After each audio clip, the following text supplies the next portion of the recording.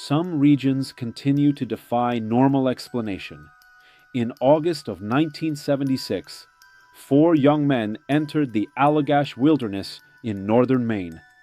They did not go searching for answers, nor did they expect anything beyond fish, campfires, and silas.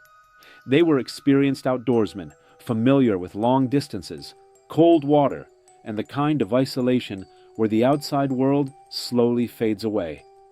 What happened during that trip was not immediately understood.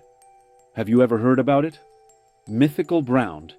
If you like mystery, you have come to the right place. They were four art students from Boston, Massachusetts, not anonymous witnesses and not unfamiliar with risk. Identical twins Jack and Jim Weiner, along with their close friends Charlie Foltz and Chuck Rack, were in their 20s, creative, curious, and comfortable in remote environments. They were experienced outdoorsmen, accustomed to cold water, long distances, and the kind of isolation where external reference points slowly disappear. Their plan was simple and reasonable. A small seaplane would take them into the Allagash Wilderness, land on a remote lake, and from there they would spend days paddling through interconnected waters, fishing and camping as they moved deeper into the region. This was not their first journey into isolation, and that detail matters. Because whatever occurred in the Allagash did not happen to people searching for answers. It happened to people who believed they understood the environment they were entering. The Allagash Wilderness Waterway is not a single location. It is a network of long lakes, narrow rivers, and forest portages that can keep a person inside its boundaries for days. At night, the water absorbs sound. Distance becomes difficult to judge. The sky feels closer. This matters. Because when the event finally occurred, it did not interrupt tension. It interrupted normalcy. In 1976, there were no phones, no GPS, no easy way out. Once you entered, the forest decided how long you would stay. Several days into the trip, while paddling on one of the lakes at night, something appeared in the sky.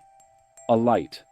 Not drifting, not flickering, not behaving like an aircraft or a star. It hovered over the water with an intensity that felt deliberate. Bright, clean, separate from the darkness around it. The men stopped paddling. They watched, and as they watched, the light responded. When they moved, it moved. When they raised a flashlight, the light reacted. At first, fear did not arrive. Curiosity did. The idea that if you could understand what you were seeing, you could remain in control of the situation. They left their campfire burning on the shore as a reference point, a small human marker in the darkness, and stayed on the water. At some point, the normal sense of time dissolved. When they returned to shore, the fire they had left burning was nearly gone. Not reduced in the slow, expected way, but collapsed, burned down far more than it should have been. The men immediately disagreed on how long they had been gone. Minutes felt like hours. Hours felt compressed. Their memory did not align with the physical evidence in front of them. This is where the idea of missing time begins. What followed was not panic. It was compliance, routine, an absence of urgency that, in retrospect, feels unnatural. There was no clear moment of abduction, no remembered struggle, no instant where the experience clearly shifted.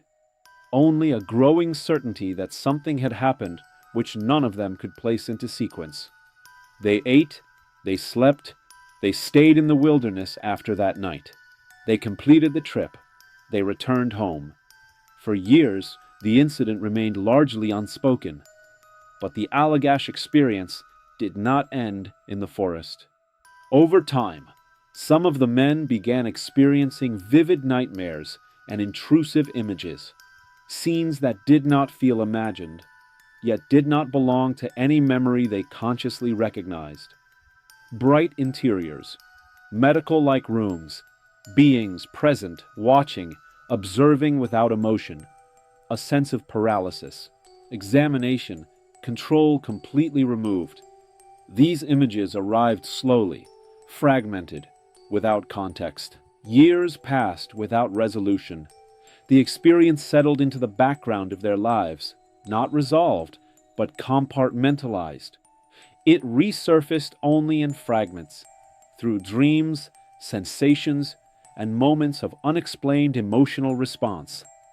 What they did not understand was that the delay itself was part of the pattern. Eventually, the men sought to understand what those fragments meant.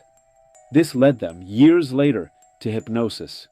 Under separate regression sessions, all four described remarkably similar experiences: being taken aboard a craft, being examined by non-human entities, being returned with little conscious memory of the event itself. Drawings were produced. Interviews were recorded. The case became public. Allagash entered the cultural record. It appeared in documentaries, on national television, in books about abduction phenomena. It became one of the most cited multi-witness cases in North America. But the story did not remain fixed. Decades later, Chuck Rack publicly questioned the abduction narrative. He did not deny the strange light. He did not deny that something unusual occurred that night. But he expressed doubt about the experiences recovered under hypnosis, suggesting that they may not reflect what actually happened in the wilderness. That division is crucial, because once a group no longer shares the same certainty, the case changes. It becomes less about what happened and more about how memory behaves under stress, time, and belief. Some argue that hypnosis can create false memories, that it increases suggestibility, that vivid images formed during regression feel real even when they are not. Others point to the consistency between witnesses, the similarity of descriptions, the emotional weight carried by the men for years. Both interpretations exist at the same time. What remains undeniable is this: four men experienced something they could not explain, in a place designed to amplify uncertainty. The wilderness stripped away reference points. The darkness removed scale. The light introduced something foreign into that closed system. And once that happened, nothing fit cleanly back into place. The most unsettling aspect of the Allagash case is not the imagery described under hypnosis. It is the delay. The way the experience did not fully surface until years later. The way memory itself became part of the phenomenon. Because this pattern appears again and again in paranormal accounts. The event is not only what happens in the moment, but what follows afterward, when the mind tries to reconcile something it cannot resolve. Jack Weiner, Jim Weiner, Chuck Rack, Charlie Foltz. Four names tied to one night on dark water. They did not enter the Allagash to make history. They entered it to fish. They left with a gap in their memory, and that gap has never been fully closed. Thank you for watching, and see you in the next Mythical Ground.